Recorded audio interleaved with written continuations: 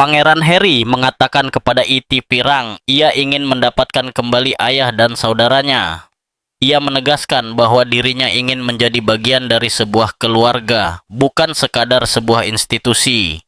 Karena itu, ia merasa ada sesuatu yang aneh ketika aturan seolah-olah berubah dan dirinya diarahkan ke jalan yang sama sekali berbeda. Hal ini sebenarnya tidak mengejutkan siapapun. Namun tetap saja sangat menyedihkan bahwa semuanya harus sampai pada titik ini. Meski begitu, ia merasa harus mengambil langkah demi kesehatan mentalnya sendiri dan juga demi istrinya. Pada suatu malam yang sunyi, bisik-bisik dengan cepat menyebar di London setelah muncul laporan bahwa Meghan diam-diam kembali memasuki gerbang istana. Tidak ada kamera, tidak ada upacara, hanya sebuah langkah mengejutkan yang seketika membangkitkan kembali ketegangan bertahun-tahun. Sumber internal menyebutkan bahwa kepulangan itu disetujui secara diam-diam, memicu kemarahan publik di Inggris dan mengguncang lingkaran kerajaan. Apakah ini sebuah upaya rekonsiliasi yang strategis, negosiasi yang terpaksa, atau justru provokasi yang diperhitungkan untuk kembali memecah opini publik? Dan apa arti kepulangan rahasia ini bagi monarki, baik saat ini maupun di masa depan? Kepulangan Meghan di tengah malam terjadi di Windsor pada saat sebagian besar istana telah kembali ke ritme rutinnya. Sesuatu yang tak terduga bergerak dalam bayang-bayang. Sebuah Range Rover berwarna gelap melaju perlahan melalui pintu masuk yang jarang digunakan.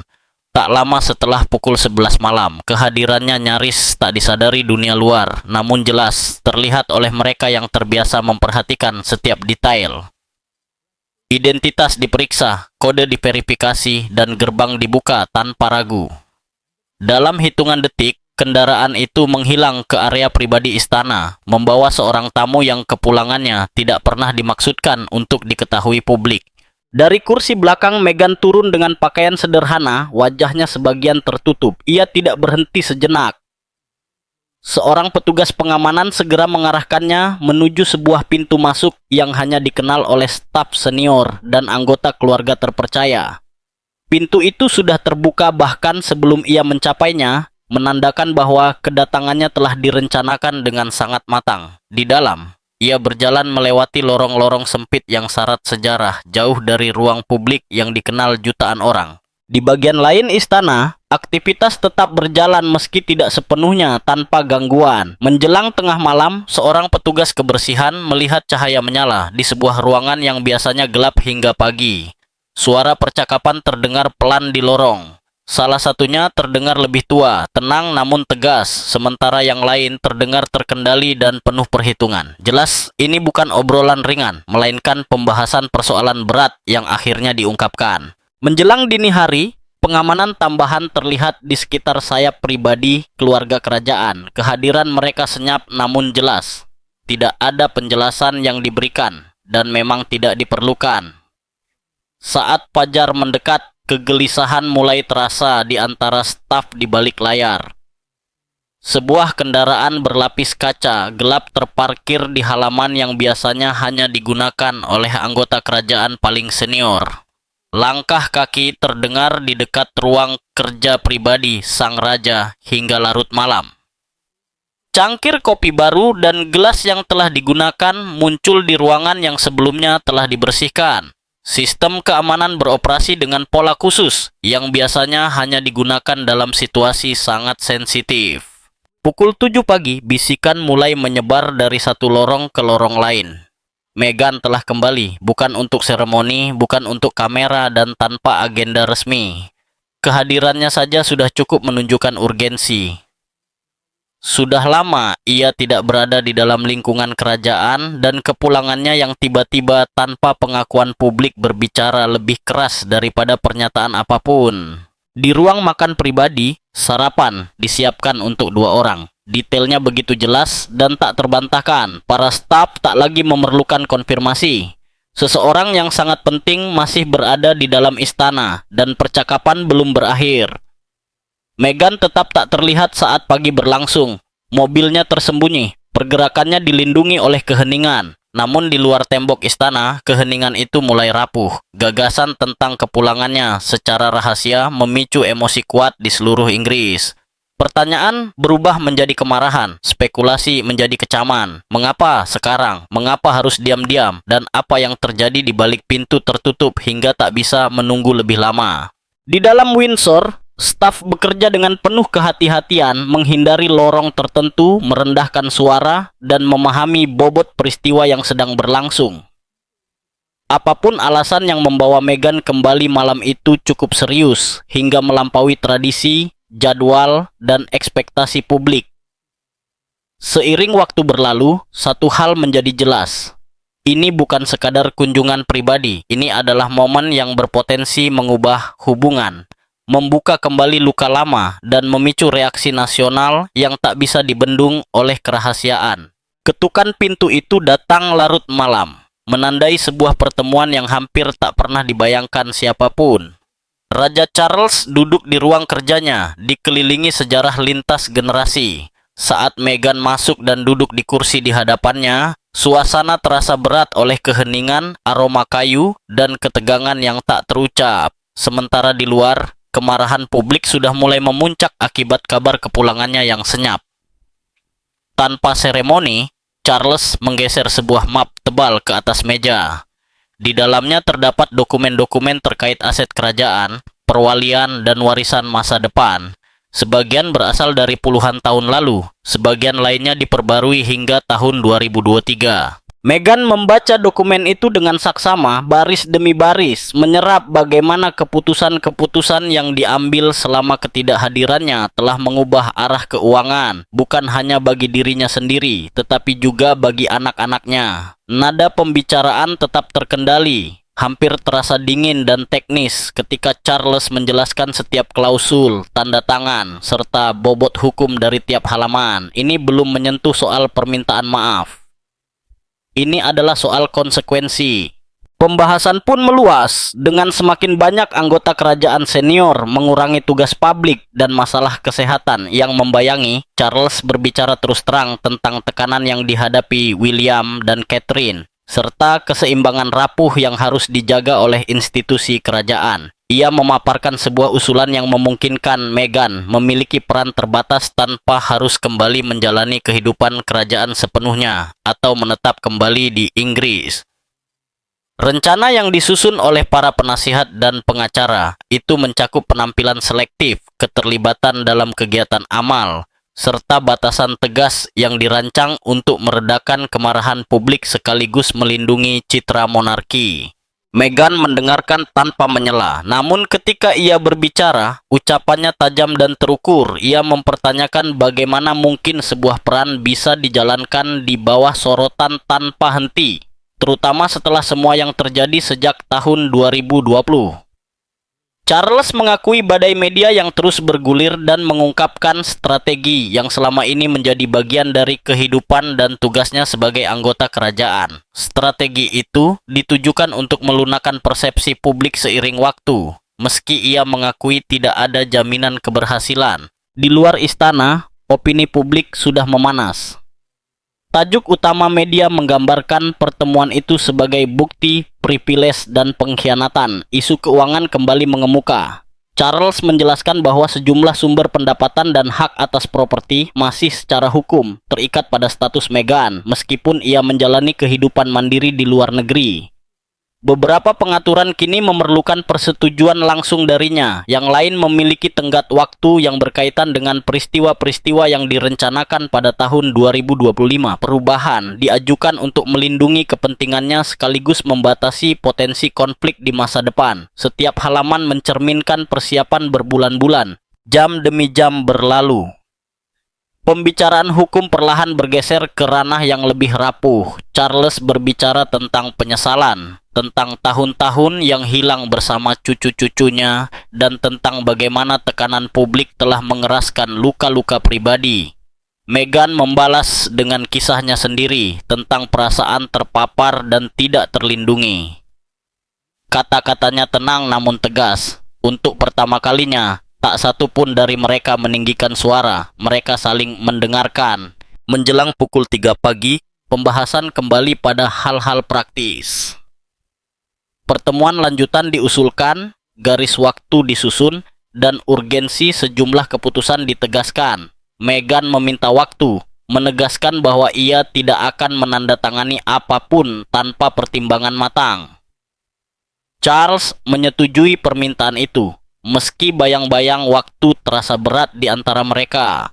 Ketika akhirnya mereka berdiri dan berjabat tangan, gestur itu terasa bersejarah namun belum tuntas. Ada kemajuan, tetapi belum ada kesepakatan akhir. Saat Meghan meninggalkan ruang kerja itu, Inggris masih diliputi kemarahan tanpa mengetahui bahwa di balik pintu tertutup, masa depan persatuan dan perpecahan keluarga kerajaan masih dinegosiasikan secara senyap. Pagi itu, Meghan bergerak melalui Kastel Windsor dengan ketenangan intens yang sulit diabaikan. Langkahnya mantap, terarah, dan terasa percaya diri, seolah-olah istana itu sendiri menariknya masuk lebih dalam.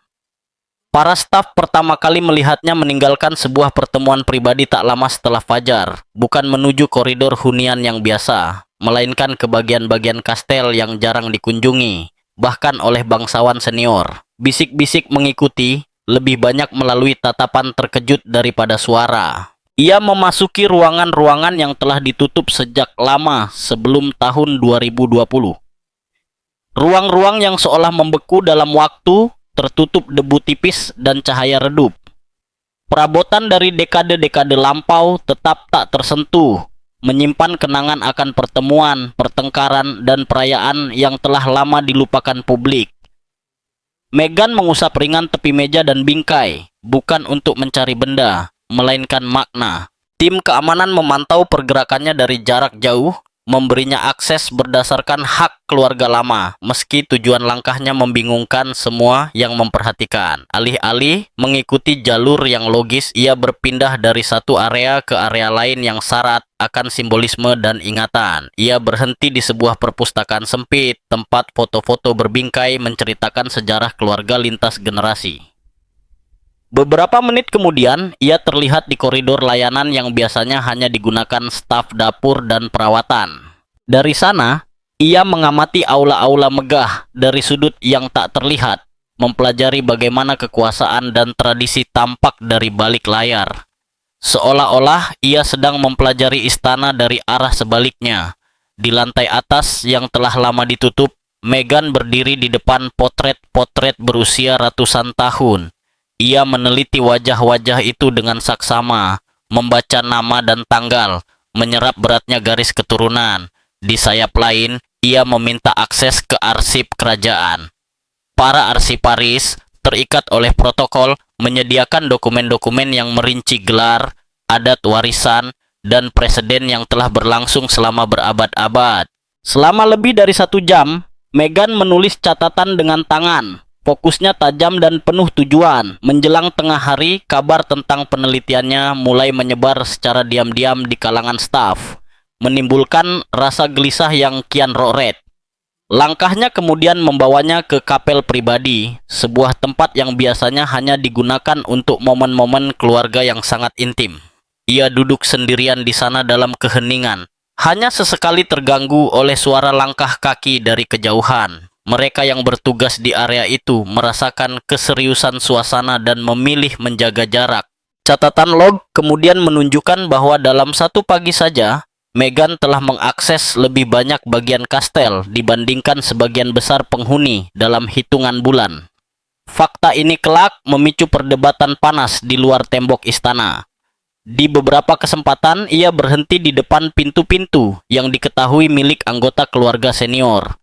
Ia tidak mengetuk, ia hanya berdiri sejenak merenung, lalu melanjutkan langkahnya. Keraguan singkat itu berbicara lebih lantang daripada konfrontasi apapun. Menjelang awal sore, seorang manajer rumah tangga senior mulai menyusun laporan rahasia. Tidak ada satupun tindakan Meghan yang melanggar protokol. Namun, keseluruhan rangkaian peristiwa terasa luar biasa. Saat Meghan akhirnya kembali ke kediamannya, para staf melanjutkan tugas seperti biasa, meski suasana telah berubah.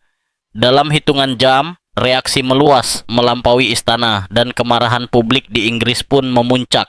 Para pengamat mempertanyakan maksud, simbolisme, dan waktu dari kejadian tersebut, terutama karena ingatan akan ketegangan masa lalu masih sangat segar.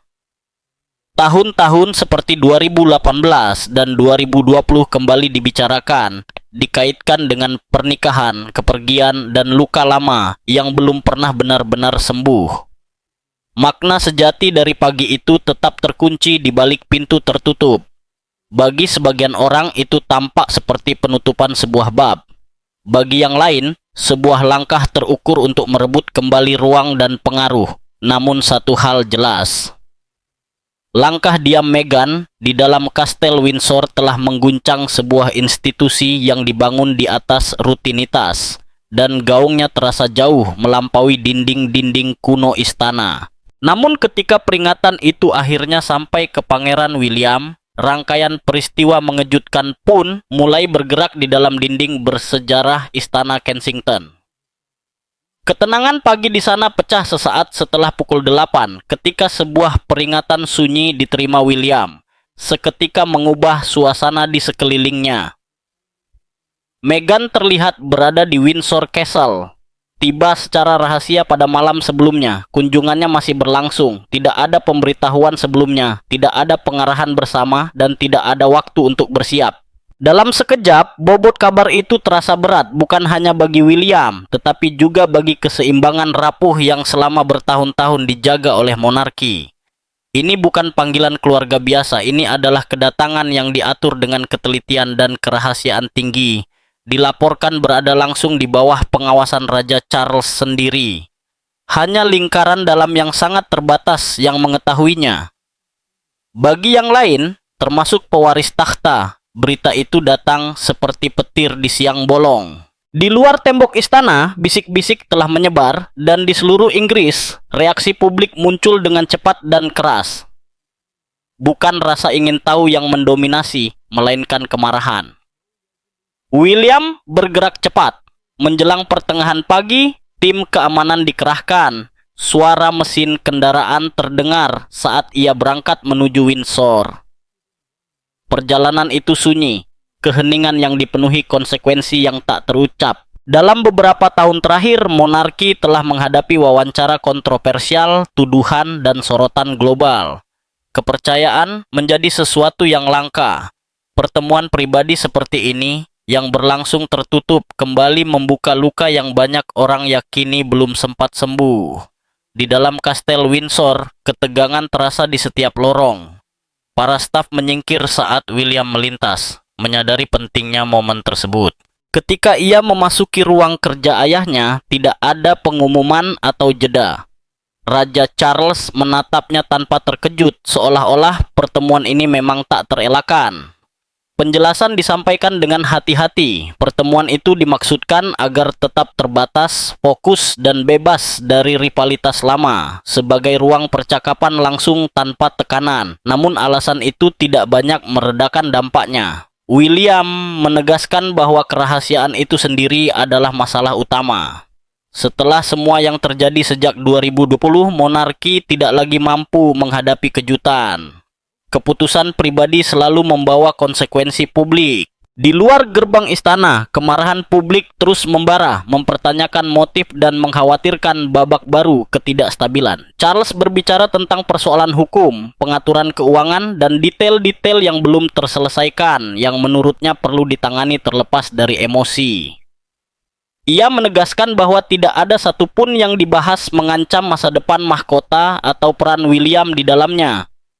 Meski demikian, rasa tidak nyaman tetap ada. Bertahun-tahun upaya pemulihan yang hati-hati kini terancam oleh satu kunjungan tanpa pemberitahuan. Ketika suara akhirnya merendah dan ketegangan sedikit mereda, satu hal menjadi jelas. Ini bukan semata soal keluarga, ini adalah soal kendali, transparansi, dan kelangsungan sebuah institusi yang selalu berada di bawah pengawasan. Meghan tetap berada di kamar tamu, kehadirannya senyap namun kuat, menjadi pengingat bahwa masa lalu tak pernah benar-benar berlalu. Saat William meninggalkan ruang kerja itu, kemarahan berubah menjadi tekad. Apapun yang terjadi selanjutnya tidak akan dibiarkan tenggelam dalam ketidakpastian. Setiap langkah ke depan harus berada dalam kerangka yang melindungi monarki di atas segalanya. Di luar tembok istana, bangsa itu menunggu, mengamati dengan saksama saat badai kerajaan berikutnya perlahan mulai terbentuk. Apakah badai kerajaan yang sedang terbentuk ini bisa menjalar hingga ke jalan-jalan tenang di Montecito? Dan pesan tak terduga apa yang menanti Harry pagi itu? Keheningan Harry, langkah Meghan. Cahaya pagi menyinari rumah sunyi di Montecito ketika Harry meraih ponselnya. Mengira akan menemukan pesan-pesan biasa dan pembaruan rutin. Namun yang muncul justru deretan notifikasi yang membuat dadanya terasa sesak. Judul-judul berita Inggris membanjiri layar. Sumber istana mengonfirmasi kepulangan diam-diam Meghan ke Kastel Windsor.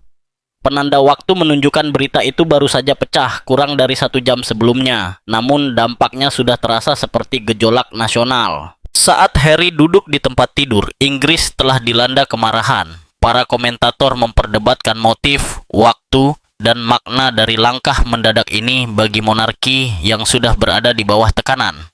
Yang paling mengganggunya bukanlah hiruk-pikuk dari London, melainkan keheningan dari Meghan.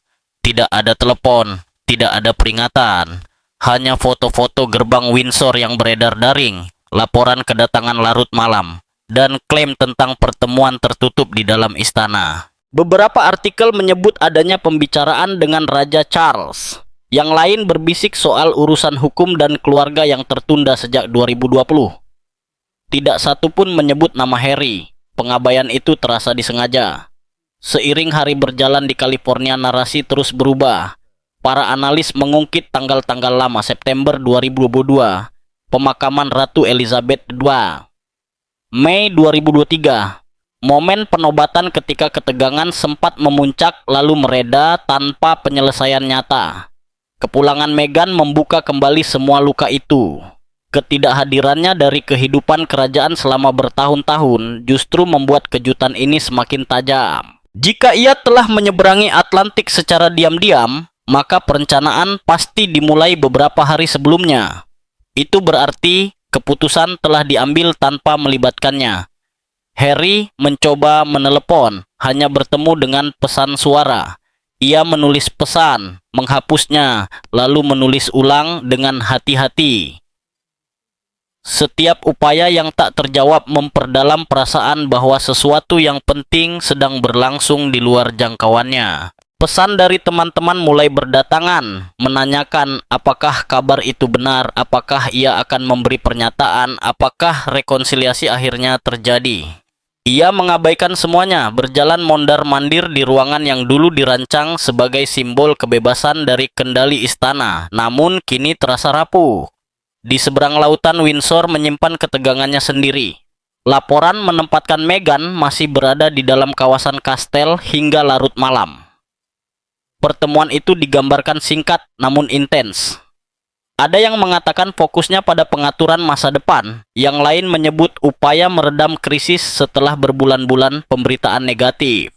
Kerahasiaan itulah yang paling memicu kemarahan publik Inggris. Kolom komentar meledak, acara radio pagi ramai membahasnya. Menjelang tengah hari, frasa "Inggris sedang marah" mendominasi topik tren. Ketika Meghan akhirnya menelepon, suaranya terdengar tenang namun lelah. Ia meminta maaf atas keterkejutan itu, menjelaskan bahwa pertemuan tersebut mendesak, diminta langsung, dan dibungkus kerahasiaan ketat. Ia mengatakan bahwa memberitahu lebih awal hanya akan memicu pertengkaran sebelum segalanya menjadi jelas. Harry menanggapi dengan tegas, mengingatkan bahwa kerahasiaan selalu membawa konsekuensi, terlebih ketika mengulang pola yang dulu mereka janjikan untuk tinggalkan.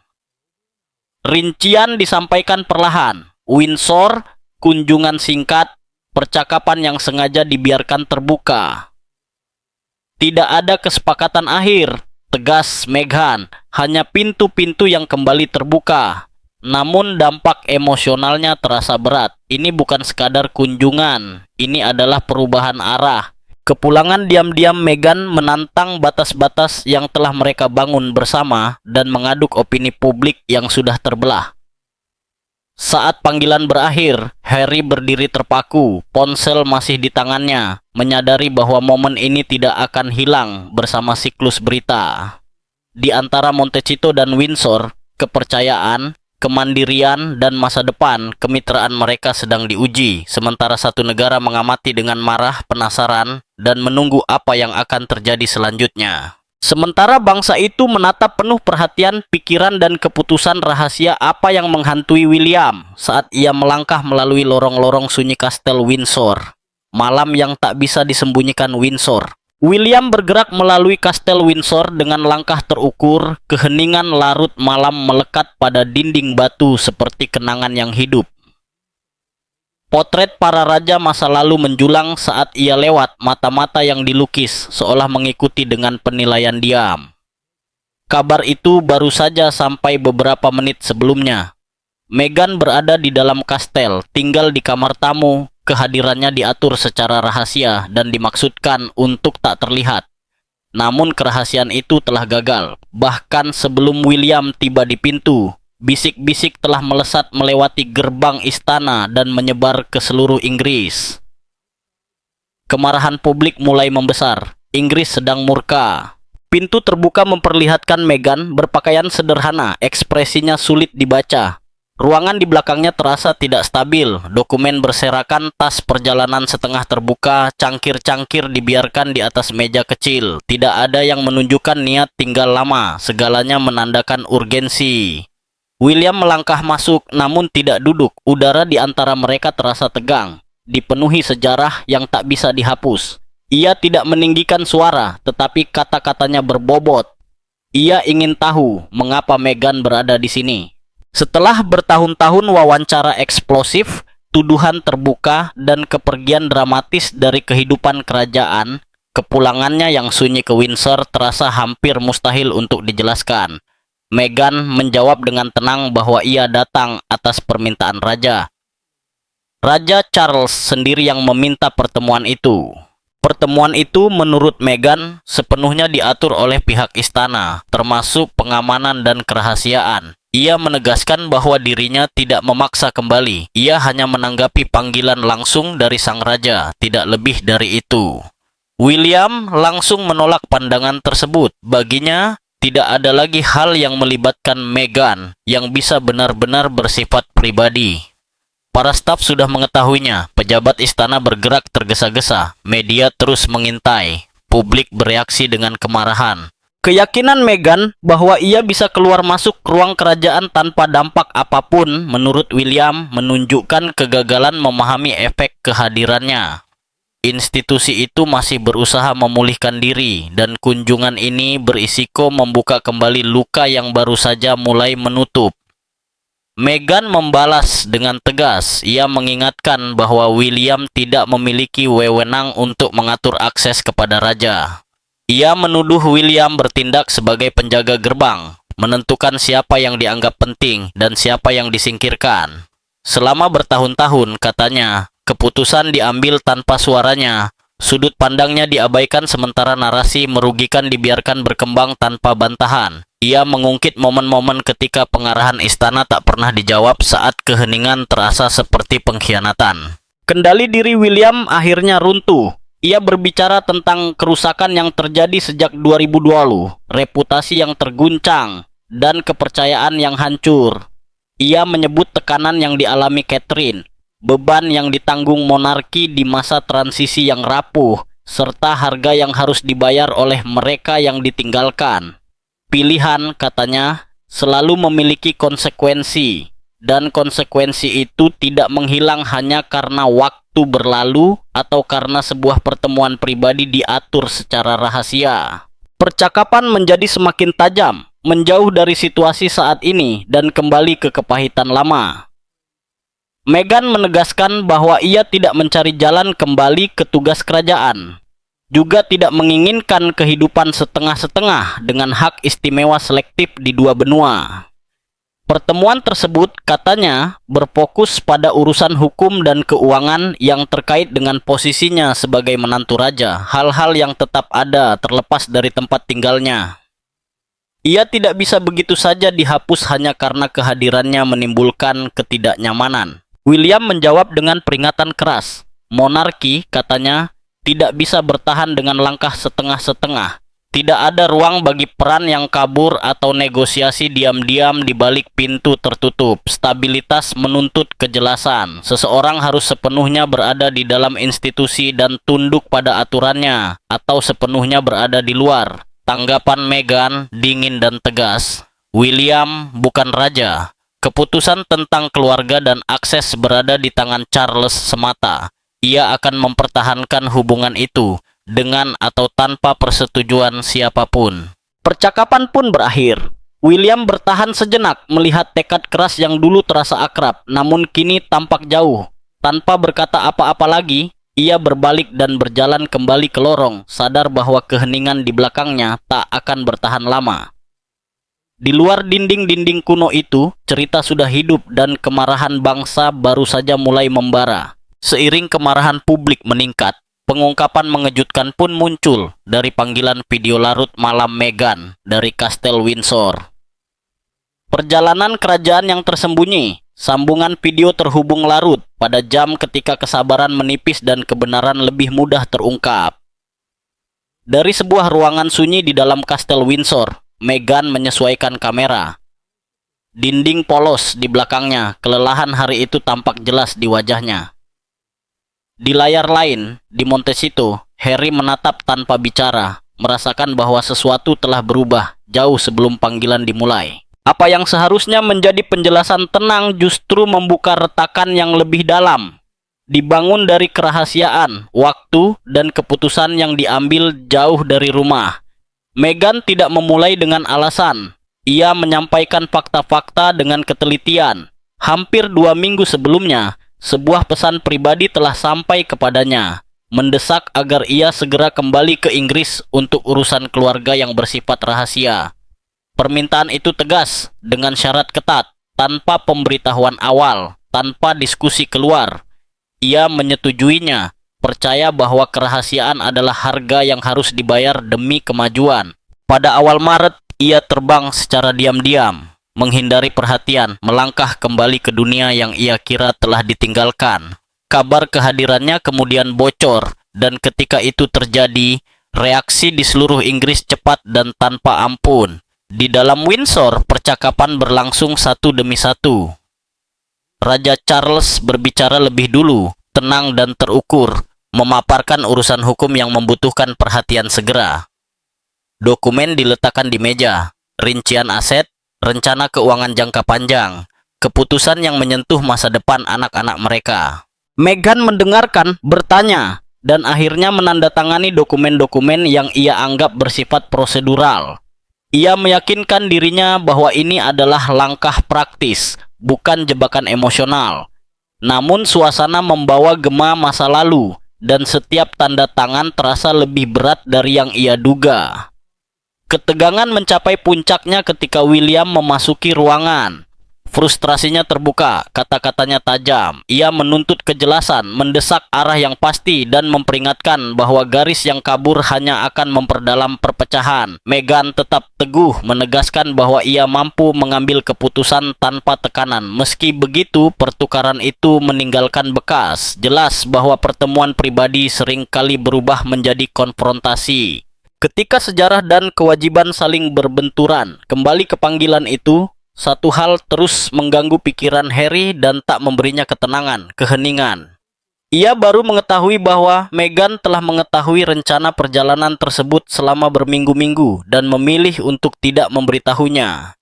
Penghilangan itu terasa sangat menyakitkan. Meghan membela keputusannya, menjelaskan bahwa kerahasiaan adalah syarat mutlak dan bahwa memberitahu lebih awal hanya akan memicu konflik sebelum ada kejelasan apapun. Ia yakin dirinya sedang melindungi stabilitas, namun yang terjadi justru menciptakan jarak di antara mereka. Seiring rincian terungkap, kegelisahan Harry semakin dalam. Dokumen telah ditandatangani tanpa ditinjau bersama. Percakapan penting terjadi tanpa saksi. Risiko-risiko yang pernah mereka janjikan untuk dihindari bersama ternyata tetap terjadi.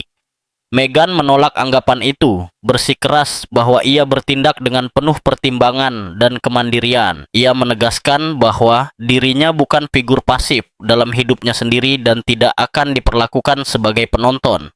Namun, keyakinan itu justru memperbesar badai yang sedang terbentuk di luar tembok istana. Ketika kabar tentang pertemuan tersebut akhirnya mencuat beberapa hari kemudian, reaksi publik sangat keras. Tajuk-tajuk berita bermunculan. Para pengamat mempertanyakan motif di balik langkah itu. Inggris merespon dengan kemarahan luas, memandang kepulangan diam-diam tersebut sebagai tindakan yang disengaja dan mengganggu. Apa yang semula dimaksudkan untuk tetap bersifat pribadi berubah menjadi topik nasional, membuka kembali perdebatan lama yang tak pernah benar-benar selesai. Saat panggilan itu berakhir, tidak ada penyelesaian yang tercapai. Meghan menutup laptopnya lebih dulu, membutuhkan ruang untuk berpikir tanpa perdebatan. Windsor mungkin menawarkan jawaban di atas kertas, tetapi tidak dalam kenyataan. Hubungan menjadi tegang, kepercayaan diuji dan dampak dari kepulangan senyap itu baru mulai terasa. Dampaknya akan bertahan lama, bukan hanya dalam satu pernikahan, tetapi juga di dalam monarki yang sudah berada di bawah sorotan tanpa henti.